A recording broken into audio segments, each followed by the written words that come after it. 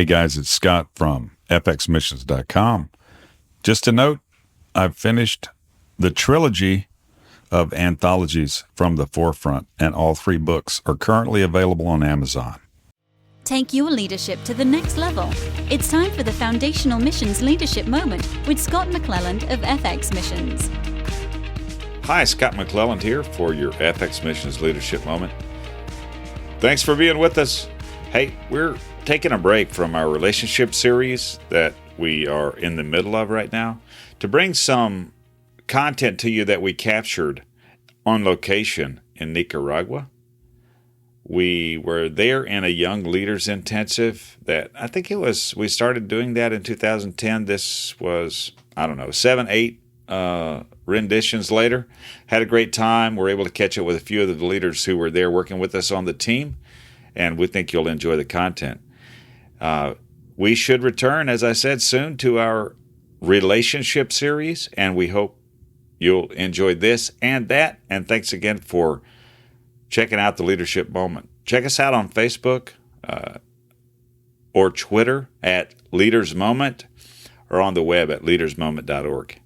And don't forget to have a good one. Hey, Scott McClelland here with your FX Missions Leadership Moment.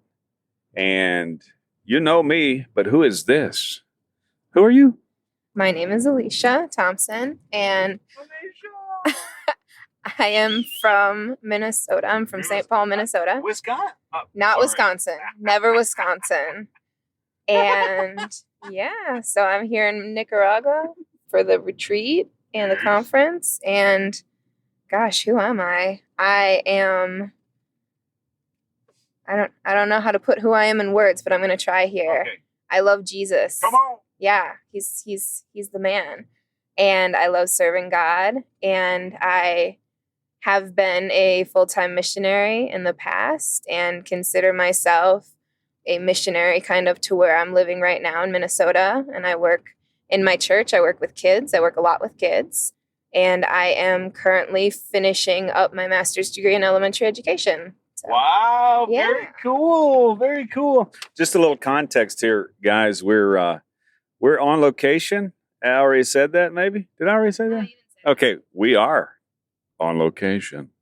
We just finished up our leadership intensive, and we're, in all frankness, in all honesty and transparency, we're on the way to the airport with Alisha. And we captured this time because we wanted to get her on the podcast, and we've been busy. That's kind of, the only way to say it. So I wanted to get her on. We actually met in, we don't want to reveal our age here, but we met We in, didn't meet too long ago, 2013. Are you sure? Yeah, I was still Okay. in Lavinia, 2013. Okay, 2000. What you were in the school I was in the Lavinia, School of Central Ministry, Mexico. Central Yeah, Mexico.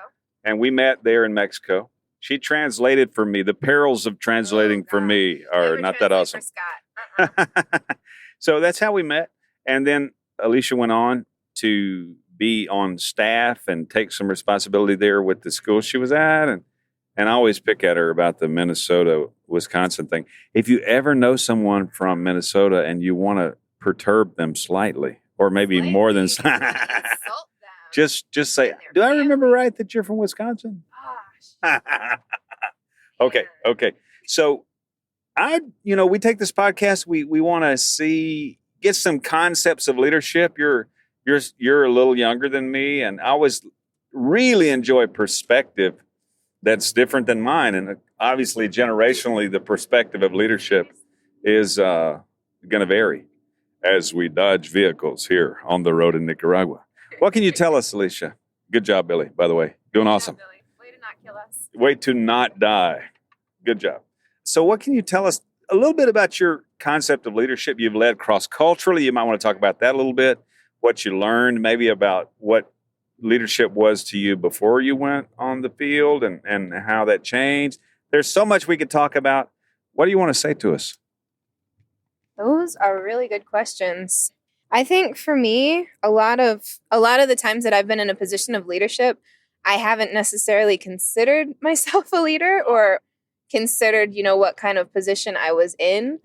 When I moved to Mexico and I first started serving on staff with the ministry I was working with, I kind of was put into a position of leadership really quickly.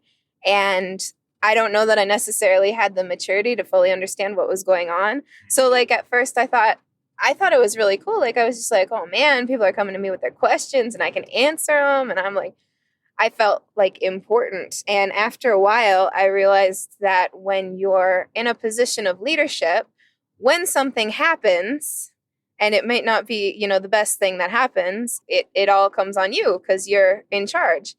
I remember pretty clearly the first time that happened to me because I was leading a group and I had taken them into this picturesque little tourist town and somebody got lost. We found them. I mean, it's not hard to find a white person in a crowd of Mexican people. They stand out. They're usually taller, frankly. And it was like a teenage kid. So he was pretty easy to find. But my boss found out that I lost somebody. And she really just was telling me, you know what? You're in charge of these people. Like, you need to take responsibility for them. And kind of reading me the riot act. But also, like, it just made me wake up and realize, wow, I really am in a position of leadership. And I need to acknowledge that myself and be careful with it. That's cool. And I'm glad the person was found. After all, that would have been even more punctuating in your perspective on leadership. That's real. The upside of leadership is that we feel a sense of contribution and maybe importance from that.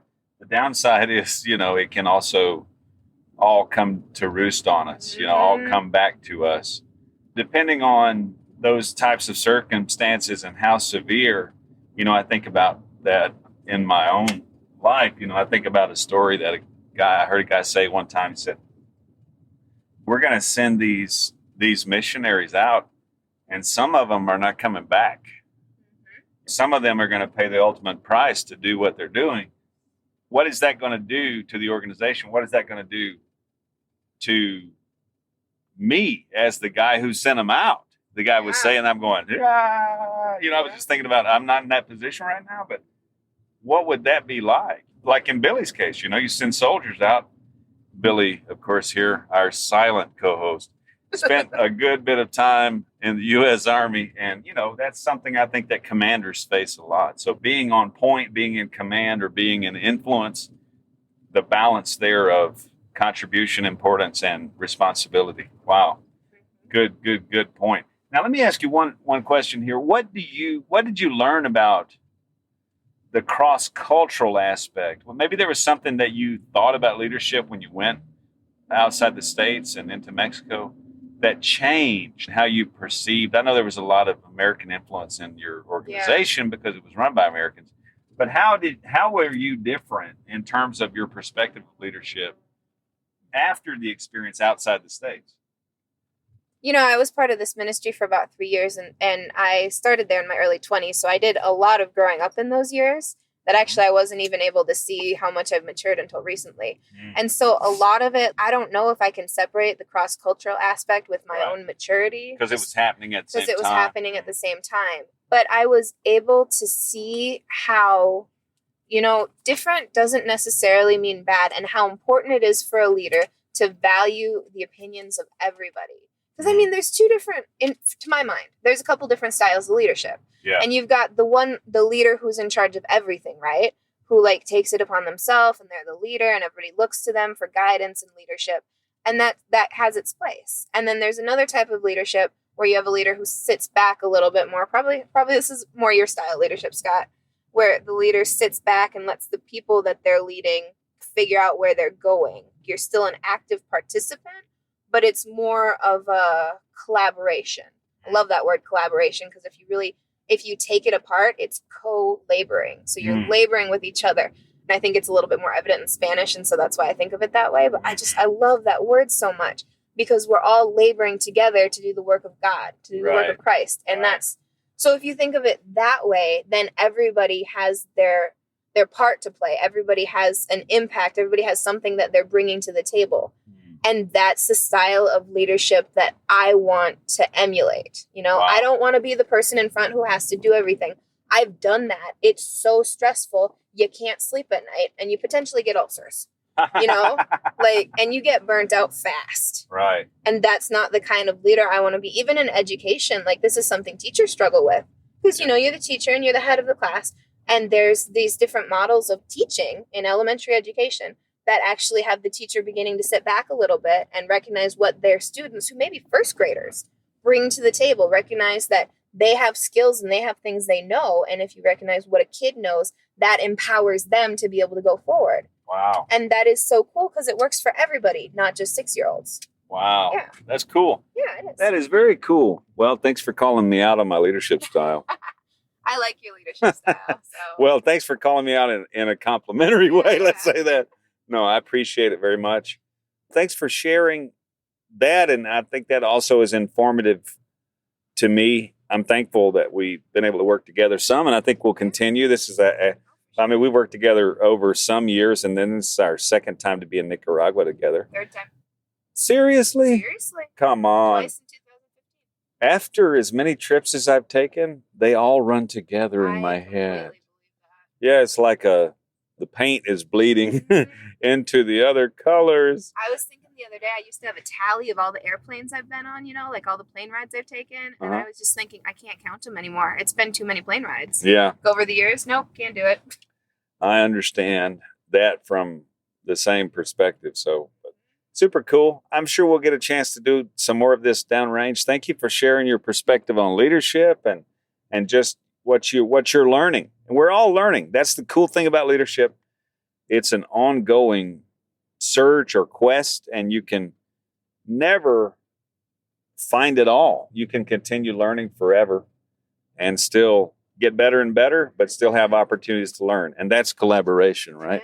Because you learn from other people. Yeah. If somebody wanted to reach out to you to follow up on anything you've shared, would you want someone to Google your name? Yeah, Google me. Because Really they never famous. spell your last name. No, They will. It's Then we'll do it. Danish. People don't know how to spell it. Facebook would be easiest. Okay, and the Alisha Tomsen. Alisha, weird spelling. Tomsen, weird spelling. Yeah, really phonetic spellings. Alisha, and then Tomsen is Tomsen. Awesome. Yeah. Well, look for her on Facebook, guys. I'm Scott McClelland, and thank you again, Alisha, Thank you for for being having with me. us. Scott McClelland here with your FX Missions Leadership Moment. Contact me or us. Do so at fxmissions.com. Until next time, have a good Adios. one. Adios. This leadership moment was produced in partnership with Engaging Missions.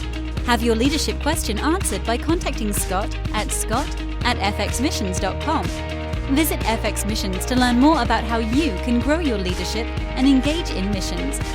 Visit engagingmissions.com for encouragement, insight, and resources from missionaries, ministry leaders, and church planters.